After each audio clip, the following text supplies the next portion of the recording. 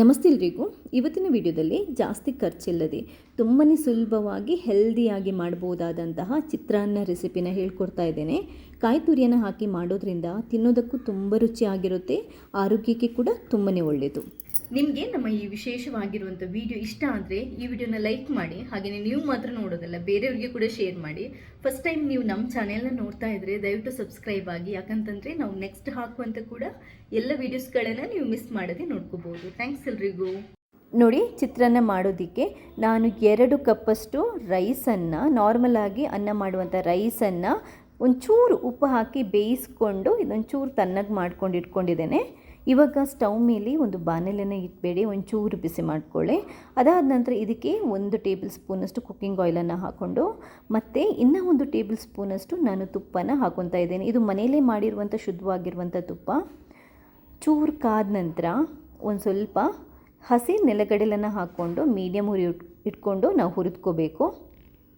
ಹಸಿ ನೆಲಗಡಲೆ ನೀವು ಜಾಸ್ತಿನೂ ಹಾಕೋಬೋದು, ಯಾಕಂತಂದರೆ ನೆಲಗಡಲೆ ಚಿತ್ರಾನ್ನದಲ್ಲಿ ಜಾಸ್ತಿ ಇದ್ದಷ್ಟು ಖುಷಿಯಾಗುತ್ತೆ ಮತ್ತು ಆರೋಗ್ಯಕ್ಕೆ ಕೂಡ ತುಂಬಾ ಒಳ್ಳೆಯದು. ನೆಲಗಡಲೆ ಒಂದು 80% ಹುರಿದಾಗಿರಬೇಕು. ಅದು ಹುರಿತಾ ಇದ್ದಂಗೆ ಏನಂತಂದರೆ ಭಾಗ ಆಗುತ್ತೆ. ಸೊ ಆವಾಗ ನಿಮ್ಗೆ ಗೊತ್ತಾಗುತ್ತೆ. ಆವಾಗ 1 ಟೇಬಲ್ ಸ್ಪೂನಷ್ಟು ಕಡಲೆಬೇಳೆ, 1 ಟೇಬಲ್ ಸ್ಪೂನಷ್ಟು ಉದ್ದಿನಬೇಳೆ, ಅರ್ಧ ಟೇಬಲ್ ಸ್ಪೂನಷ್ಟು ಸಾಸಿವೆ, 1 ಟೇಬಲ್ ಸ್ಪೂನಷ್ಟು ಜೀರಿಗೆನ ಹಾಕ್ಕೊಂಡು ಇದರ ಒಟ್ಟಿಗೆ ಹುರಿಬೇಕು.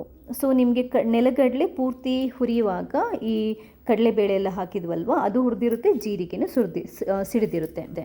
ಈಗ 1 ಈರುಳ್ಳಿನ ಕಟ್ ಮಾಡ್ಕೊಂಡು ಹಾಕ್ಕೊತಾ ಇದ್ದೇನೆ ಚಿಕ್ಕದಾಗಿ. 2 ಹಸಿಮೆಣಸಿನ್ಕಾಯಿ, ಸ್ವಲ್ಪ ಕರಿಬೇವನ್ನು ಕೂಡ ಹಾಕ್ಕೊಂಡು ಇದನ್ನು ಕೂಡ ಮೀಡಿಯಮ್ ಉರಿ ಇಟ್ಕೊಂಡು ಫ್ರೈ ಮಾಡ್ಕೋಬೇಕು. ಈರುಳ್ಳಿ ತಿನ್ನೋದವರು ಈರುಳ್ಳಿನ ಸ್ಕಿಪ್ ಮಾಡ್ಬೋದು. ಈರುಳ್ಳಿ ಫ್ರೈ ಆದ ನಂತರ ಇವಾಗ ಚಿಟಿಕೆಯಷ್ಟು ಅರಿಶಿನ, ಜಾಸ್ತಿ ಹಾಕ್ಕೊಳ್ತಾ ಇಲ್ಲ, ಒಂದು ಅರ್ಧ ಟೇಬಲ್ ಸ್ಪೂನಷ್ಟು ಉಪ್ಪು, ಅರ್ಧ ಟೇಬಲ್ ಸ್ಪೂನಷ್ಟು ಸಕ್ಕರೆ ರುಚಿಗೆ ಹಾಕ್ಕೊತಾ ಇದ್ದೇನೆ. ನೀವು ಸ್ವೀಟಿಶ್ ಫ್ಲೇವರ್ ಬೇಡ ಅಂತಂದರೆ ಸ್ಕಿಪ್ ಮಾಡ್ಬೋದು. ಈಗ ಇದಕ್ಕೆ ಇನ್ನೊಂದು ಮೇಯ್ನ್ ಇಂಗ್ರೀಡಿಯೆಂಟ್, ಅರ್ಧ ಕಪ್ಪಷ್ಟು ಕಾಯಿ ತುರಿ.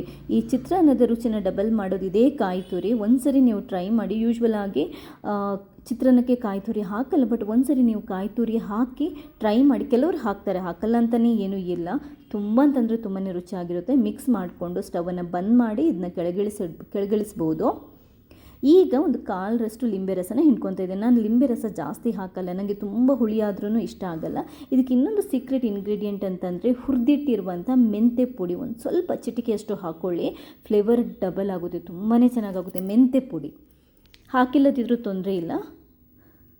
ಈಗ ಇದೆಲ್ಲದನ್ನು ಮಿಕ್ಸ್ ಮಾಡಿಕೊಂಡು ಕೊನೆಯದಾಗಿ ನಾವು ಅನ್ನನ ಸೇರಿಸ್ಕೋಬೋದು, ರೆಡಿ ಮಾಡಿಟ್ಟಿರುವಂಥದ್ದು. ನೀವು ಅನ್ನ ಬೇಯಿಸುವಾಗ ಬೇಕಾದ್ರೆ ಸ್ವಲ್ಪ ಉಪ್ಪು ಹಾಕಿ ಬೇಯಿಸ್ಕೊಳ್ಳಿ. ಅನ್ನ ಬೇಯಿಸುವಾಗ ಜಾಸ್ತಿ ಉಪ್ಪು ಹಾಕಿದರೆ ನೀವು ಇದಕ್ಕೆ ಜಾಸ್ತಿ ಉಪ್ಪು ಹಾಕೋಬೇಡಿ, ನೋಡಿಕೊಂಡು ಕರೆಕ್ಟಾಗಿ ಮಾಡ್ಕೊಳ್ಳಿ. ನೋಡಿ, ಇಷ್ಟೇ.